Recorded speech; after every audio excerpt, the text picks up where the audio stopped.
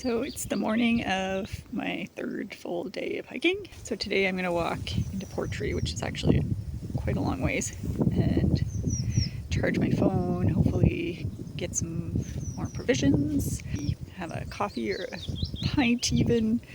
Although I do want to make some progress out of Portree today because I only have 4 days to do the next 5 stages. I just put my pack on and it feels a bit painful, not gonna lie. Every time I want to feel sorry for myself because of my trouble sleeping or my tendonitis in my elbow, my shoes are wet, I just think, wow, it could be raining. It could be like pouring rain right now.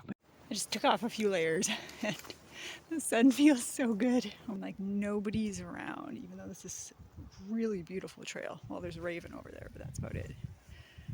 And it's a beautiful day, and that's something I've noticed about this trail is there's like a couple of sections I've done where there's like tons of day hikers, but everywhere else it's like empty, or maybe there'll be like one person. Like yesterday there was like a handful of people on the ridge, and doing this Skye Trail just seems, I'm realizing it's got to be like the best way to experience Skye if the weather's on your side, because it would be hard to do day hikes.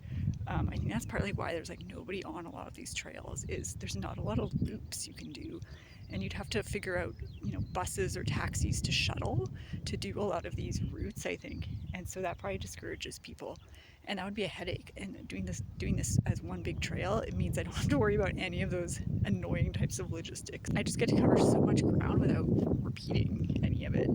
This trail is awesome. Heat bog, I think.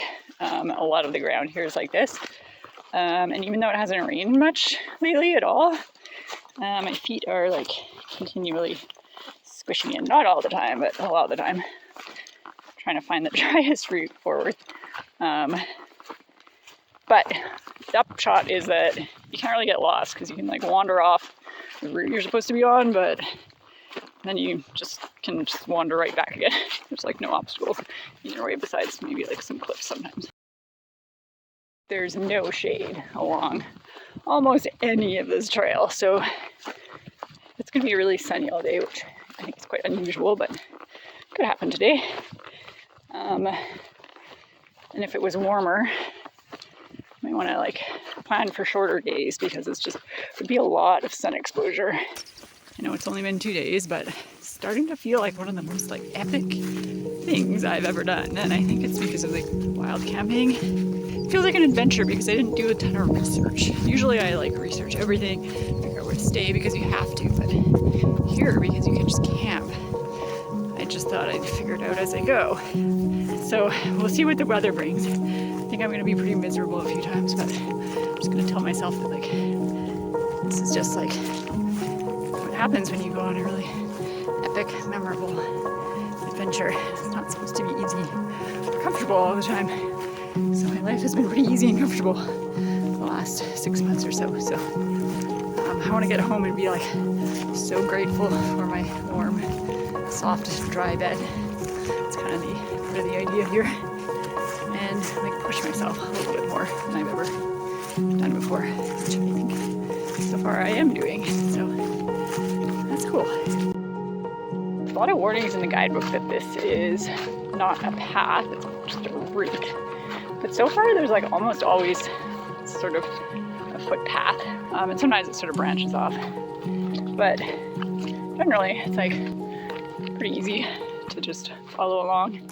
Sources of water, especially like non-Genki water, are few and far between so far. Partly because I think it's been really dry, but also because this is my second day now up on like higher parts of the landscape. And I'm really glad I had the foresight to fill up all my water bottles yesterday as I was coming down from the Old Manor store. There was a creek right there. It's really clean because I don't think there's been any water here so far. There's lakes, but they're kind of far away. Well, my good luck is over with the weather. It's now hailing like mad. It wasn't raining as well. I'm just coming down into Portree though. I just came from up that hill. I kind of be mad because honestly it smells really good.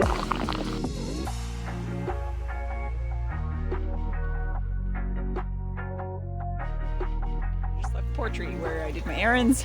I asked the folks at the outdoor store, an independent outdoor store, if they could charge my backup battery for me while I did my errands, and they agreed. And they also told me that they thought the Skye Trail and the African Kintail Trail that I'm doing next are the best two trails that I could have chosen, and then I'll get such good variety out of those. So it's like so happy to hear that.